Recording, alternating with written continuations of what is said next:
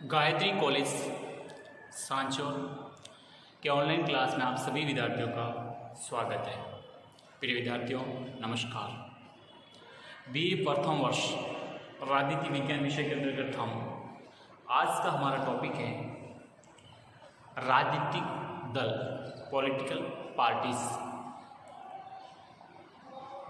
आज हम समझने का प्रयास करेंगे कि किसी भी लोकतांत्रिक व्यवस्था के अंतर्गत वास्तविक रूप से जो सत्ता में भागीदारी, शासन व्यवस्था का संचालन और जो चुनाव प्रक्रिया के माध्यम से सब कुछ जो व्यवस्था का जो संचालन और गतिशीलता जो प्रदान होती है वो प्राय जिसकी अभिव्यक्ति होती है राजनीतिक दल के माध्यम से होती है। तो किस प्रकार का पॉलिटिकल सिस्टम है और ये क्यों जरूरी है प्रजातंत्र में, इसका अध्ययन करेंगे। फिर हमारे भारतीय दलीय व्यवस्था की विशेषताओं का अध्ययन करेंगे। ये सबको आज हम कक्षा में समझने का प्रयास कर रहे हैं। तो आइए देखते हैं हम कि वर्तमान समय में शासन के विविध रूपों में प्रजातंत्र सबसे अधिक लोकप्रिय है। आप देखेंगे कि शासन व्यवस्था के जितने भी स्वरूप दिखाई देते हैं, जो भी रूप हैं, इन सब में सबसे अधिक लोगों की जो अपनी लोकप्रियता है वो प्रजातंत्र के पक्ष में है।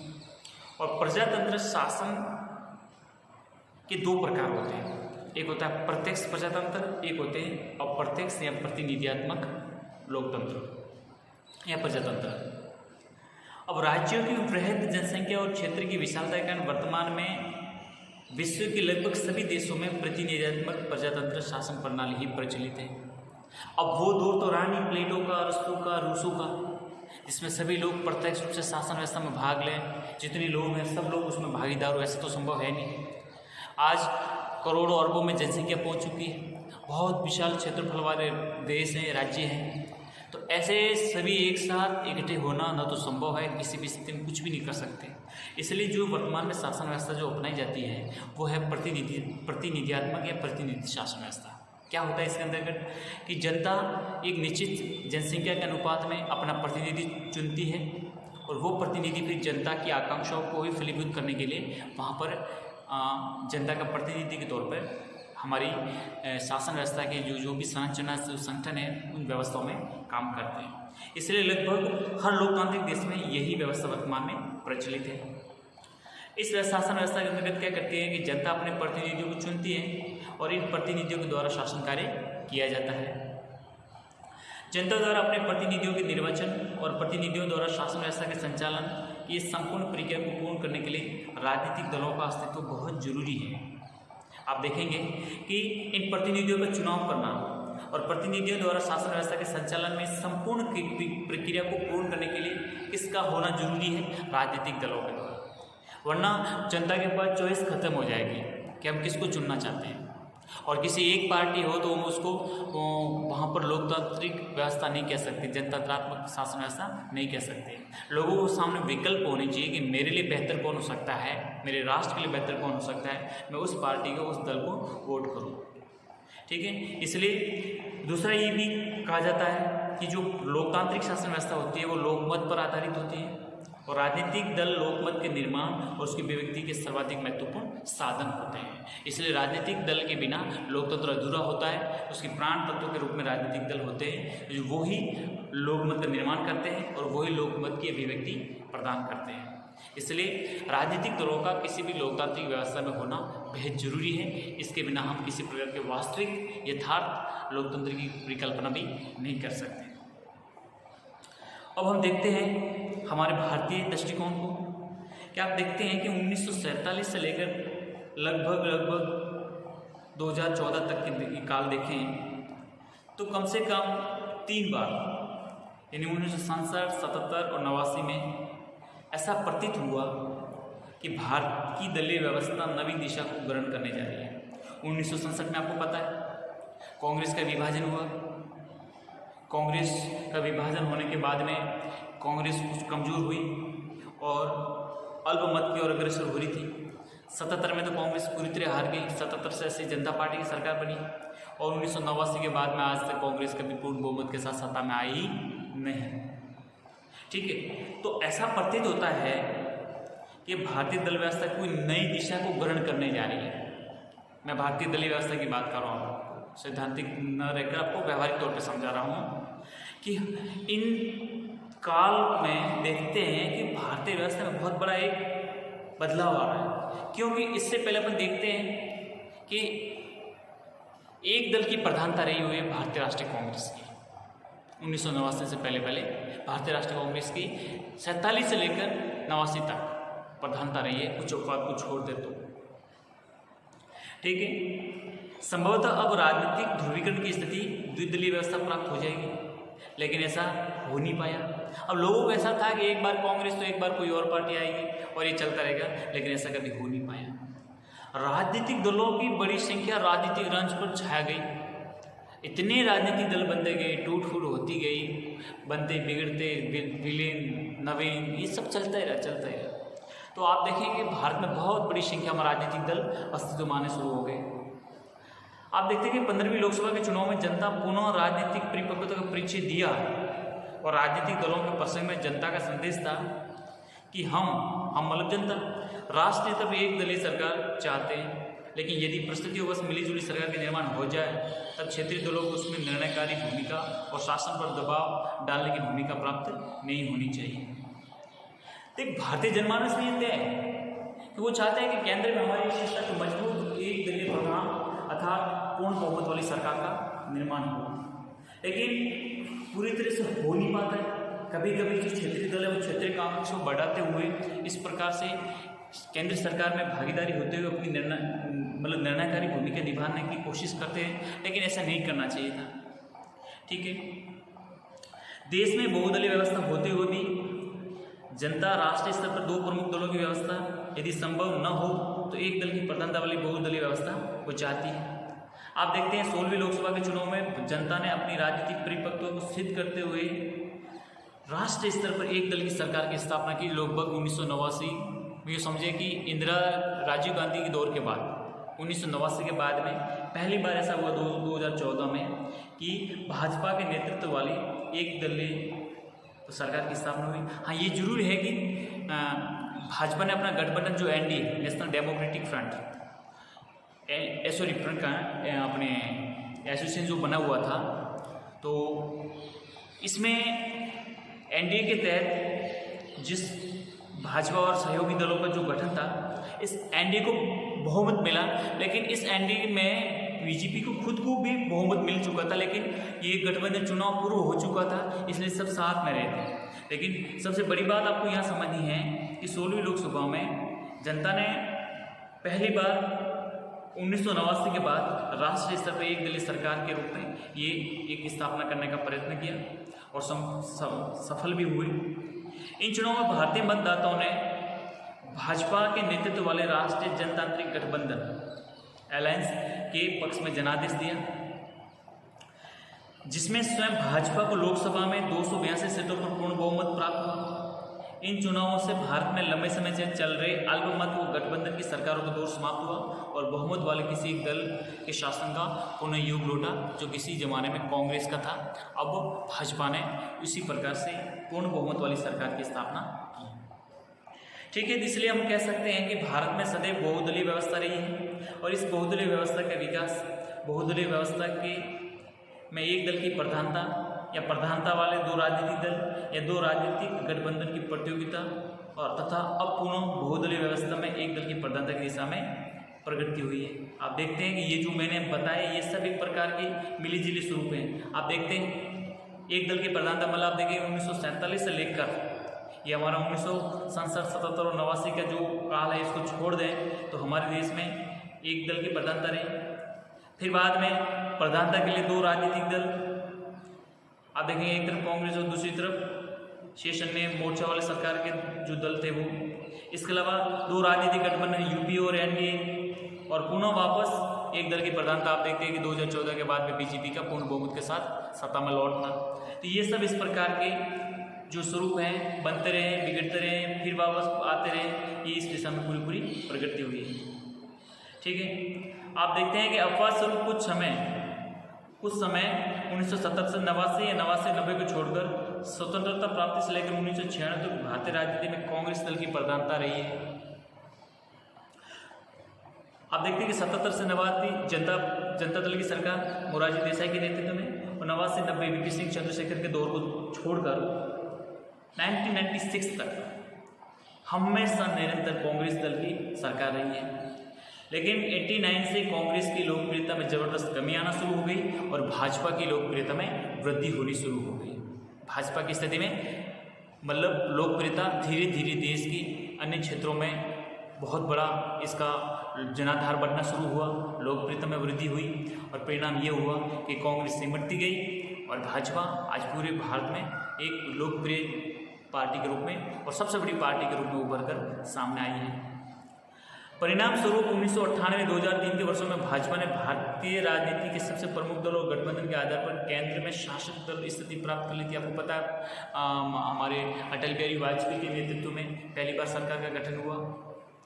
अप्रैल मई 2006 में 14वीं लोकसभा के चुनाव संपन्न हुए और इन चुनावों के परिणाम स्वरूप कांग्रेस ने भारतीय राजनीति में सबसे प्रमुख दल और कांग्रेस के नेतृत्व में गठित संयुक्त प्रगतिशील गठबंधन यूपीए, यूनियन प्रोग्रेसिव अलायंस, ठीक है, इसने शासक दल की स्थिति प्राप्त कर ली। 15वीं लोकसभा में कांग्रेस के नेतृत्व में गठित संयुक्त प्रगतिशील गठबंधन ने 14वीं लोकसभा की तुलना में स्पष्ट जनादेश प्राप्त था। चुनाव में इस गठबंधन सरकार में कांग्रेस की स्थिति को पहले की तुलना में मजबूत स्थिति प्रदान की। मई 2014 के लोकसभा चुनाव में जनता ने भाजपा के नेतृत्व वाली राष्ट्रीय जनतांत्रिक गठबंधन अर्थात एनडीए, नेशनल डेमोक्रेटिक अलायंस के पक्ष में अपना जनादेश दिया। स्वयं भाजपा ने 282 स्थानों के साथ पूर्ण बहुमत प्राप्त हुआ। इस प्रकार 30 साल बाद किसी पार्टी को अपने बलबूते पर पूर्ण बहुमत प्राप्त हुआ। इस प्रकार कह सकते हैं पुनः हमारे यहाँ पर एक दल की प्रधानता वाली बहुदलीय व्यवस्था की युग लौट आया है। ये जब हम देखते हैं पूरा कि किस प्रकार से हमारे यहाँ से 89 के बाद में मिलीजुली सरकार, एक गठबंधन सरकारों का दौर आरंभ हुआ और उसमें हम देखते हैं कि जब भाजपा और कांग्रेस दोनों को लगा कि अब हम अपने बलबूते पे सत्ता में लौटना संभव नहीं है, तो अपने समान विचारधारा और समान विचारों से सामने रखने वाले विभिन्न राजनीतिक दलों का एक गठबंधन हुआ। एक यूपीए हुआ, दूसरा एनडीए हुआ। एनडीए भाजपा समर्थित था, यूपीए कांग्रेस समर्थित था। आप देखते हैं कि 1998 से लेकर 2003 का जो काल है, इसमें एनडीए के नेतृत्व में अटल बिहारी वाजपेयी के नेतृत्व में सरकार का गठन हुआ। उसके बाद हम देखते हैं कि पुनः यूपीए के नेतृत्व में 2 टर्म अर्थात 2004 से 2014 तक यूपीए की सरकार रही 2 टर्म में। और सेकेंड टर्म जो 2009 का है, इसमें पहले टर्म की तुलना में ज़्यादा उनको मत हासिल हुए, लेकिन दूसरे टर्म में जिस प्रकार से यूपीए की सरकार में घोटाले हुए, अव्यवस्था फैली, बेरोजगारी फैली, भ्रष्टाचार हुए, इससे भारतीय जनमानस में बहुत बड़ा कांग्रेस के प्रति विरोधी प्रतिक्रिया हुई और परिणाम स्वरूप भाजपा ने जबरदस्त तरीके से पहली बार 1989 के बाद देखते हैं कि पहली बार भाजपा के नेतृत्व में पूर्ण बहुमत वाली सरकार और पूर्ण बहुमत वाले गठबंधन की सरकार का निर्माण हुआ, जिसमें प्रधानमंत्री नरेंद्र मोदी के नेतृत्व में ये सरकार। और यही हम देखते हैं कि 70वीं लोकसभा चुनाव में भी पहले की तुलना में और भी ज़बरदस्त तरीके से उन्होंने अपनी वापसी की और वर्तमान में ये 70वीं लोकसभा कार्यरत है। ठीक है, तो ये हमने देखा कि हमारे भारत की किस प्रकार से बहुदलीय व्यवस्था एक दलीय व्यवस्था वाली प्रधानता में बदलती गई, मिलीजुली सरकार किस प्रकार से, ये हम थोड़ा बहुत स्वरूप देखा। अब हम देखते हैं कि हमारे जो भारत की जो दलीय व्यवस्था है, पार्टी जो सिस्टम है, इसमें किस किस प्रकार की कुछ विकृतियां हैं, कुछ दोष हैं। उन दोषों को किस किस रूप में समझ सकते हैं, जान सकते हैं, एक एक करके हम स्पष्ट करेंगे। देखिए, सबसे पहले तो हम देखते हैं हमारे यहाँ पर बहुदलीय व्यवस्था है। बहुदलीय व्यवस्था आप देखते हैं कि भारत में ब्रिटेन, अमेरिका की तरह द्विदलीय पद्धति नहीं है। आप सभी को पता है, ब्रिटेन में 2 पार्टी, अमेरिका में 2 पार्टी, लेकिन बहुदलीय पद्धति भारत की जो बहुदलीय व्यवस्था है उसमें 1988 तक लगभग सदैव ही किसी राजनीतिक दल की प्रधानता स्थिति रही है। लेकिन 89 से लेकर बाद के दौर में देखें तो लोकसभा के गठन होने के पूर्व तक किसी एक राजनीतिक दल या दलीय गठबंधन की प्रधानता की स्थिति प्राप्त कभी नहीं रही है। 14वीं लोकसभा के आप देखेंगे कांग्रेस सबसे बड़ा दल था। 15वीं लोकसभा में भी कांग्रेस स्थिति में सुधार हुआ, लेकिन बहुदलीय व्यवस्था के जो रूप है उसके कारण लोकसभा चुनाव में आज भी में खंडित जनादेश फ्रैक्चर्ड मैंडेट प्राप्त होता है। किसी भी दल को पूर्ण बहुमत प्राप्त नहीं हो रहा था। खंडित जनादेश का तात्पर्य है लोकसभा में किसी एक राजनीतिक दल को स्पष्ट बहुमत प्राप्त न होना। ये समस्या होती है बहुदलीय व्यवस्था के तहत। ऐसी स्थिति में एक दलीय सरकार का नहीं बल्कि मिलीजुली सरकार का गठन हो पाता है। जब खंडित जनादेश होता है, किसी भी एक पार्टी को बहुमत नहीं मिलता है, तो स्वाभाविक है कि वहाँ पर मिलीजुली सरकार होगी, और मिलीजुली सरकार होगी तो फिर वो उसका कितना कार्यकाल होगा, कितना जीवन काल होगा, पहले से क्या पाना मुश्किल होता है। और इसमें फिर क्षेत्रीय दलों की, रीजनल पार्टी की मनमर्जियाँ चलती है, उनको मनाने का, आने का, जाने का, यही उनका एक दौर चलता रहता है। विकास की तरफ उनका ध्यान केंद्रित कम होता है, आपस में समझाइश और सुलझाने में इनकी ज़्यादा ध्यान रहता है। लेकिन आप देखते हैं कि 16वीं लोकसभा चुनाव में लगातार जिस प्रकार से त्रिशंकु जनादेश या खंडित जनादेश या मिलीजुली सरकारों का जो इतिहास था वो टूट गया, और इन चुनावों में राष्ट्रीय जनतांत्रिक गठबंधन के नेतृत्व कर रही भाजपा ने 282 सीटों के साथ पूर्ण बहुमत सत्ता हासिल की। इस प्रकार देश की बहुदलीय व्यवस्था में एक दलीय प्रधानता वाली बहुदलीय व्यवस्था पुनः स्थापित हो गई। बहुत लंबे दौर के बाद यह व्यवस्था कायम हुई, और आप देखेंगे कि 16वीं के बाद में 17वीं लोकसभा में भी हमको पुनः एक बार फिर इस भाजपा के नेतृत्व में पहले की तुलना में और भी ज़्यादा सीटें प्राप्त करते हुए सत्ता में वापसी की, और ये हमारी सरकार लोकसभा का संचालन हो रहा है।